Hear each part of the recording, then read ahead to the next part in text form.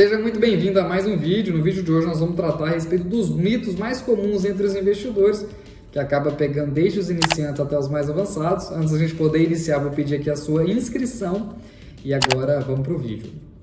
O mais comum deles é que a esmagadora maioria dos investidores acredita que a principal modalidade de ganho na Bolsa de Valores é comprar um ativo na baixa e vender na alta. Isso é uma forma interessante, só que a gente não consegue entender quando ele vai subir ou quando vai cair.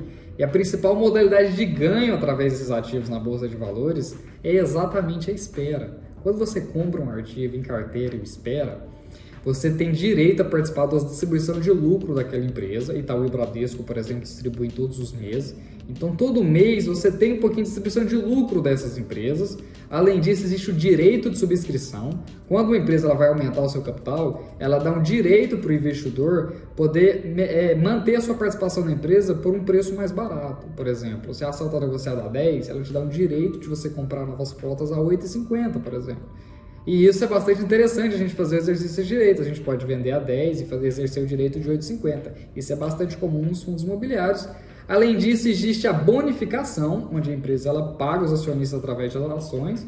Então, ela paga os acionistas através das ações, né? Recentemente, a gente teve com o Bradesco, que fez isso de 1 para 10. Então, a cada 10 ações que você tem do Bradesco, você recebeu uma nova cota, né? E isso multiplica o efeito dos juros compostos, porque no próximo mês você não vai receber os dividendos em cima daquele capital. Você vai receber 10% a mais, devido a você ter aumentado, né, as suas cotas das empresas. Então, essa não é a principal modalidade de ganho, comprar na baixa e vender na alta, ou o contrário, né? Vender na alta e depois recomprar na baixa. Também tem essa possibilidade. O segundo deles, e muito comum também, é que o mercado de ações, né, os investimentos, eles são voltados para o público alta renda. Isso não é verdade, justamente porque a barreira de entrada é muito baixa para você se tornar acionista de uma companhia. Por exemplo, a partir de R$10 você já consegue comprar as ações ali da Itaúsa, que controla o Itaú. A partir de R$50 ali você começa a comprar. Você já começa a comprar o pacote de ações, né? Então, o mercado de ações ele tem uma barreira de entrada muito baixa. E é uma das maneiras mais eficientes, né, e menos trabalhosas de você poder acumular patrimônio ao longo dos anos, justamente porque você também vai ter outras modalidades de ganhos investindo através das ações.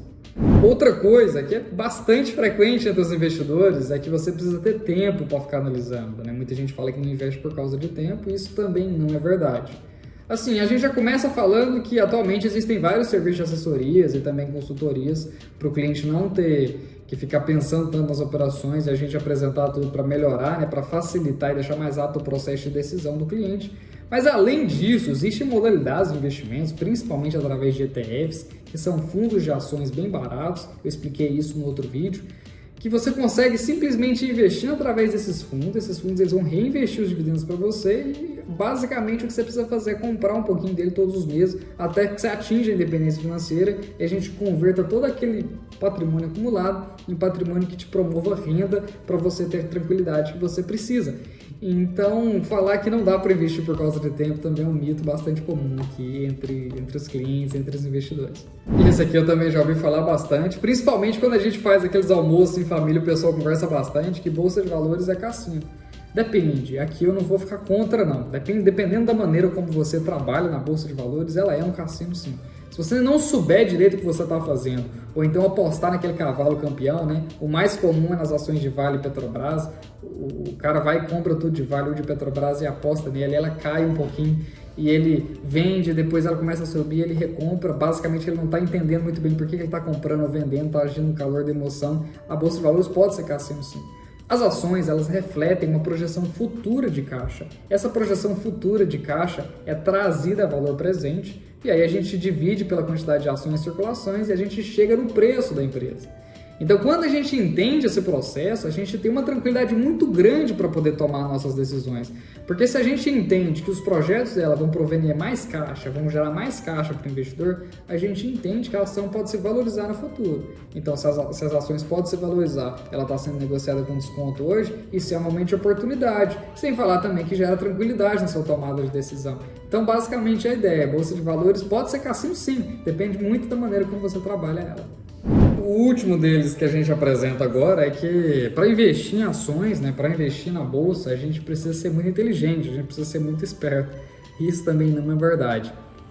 Para falar a verdade, quando você estuda e começa a adicionar as primeiras habilidades ali como investidor, esse processo é muito simples, não precisa saber de muita coisa para investir não, você vai precisar só saber de matemática básica. Se você souber subtrair, somar, dividir, multiplicar e saber como é que eleva um número, você já consegue investir sem nenhum problema.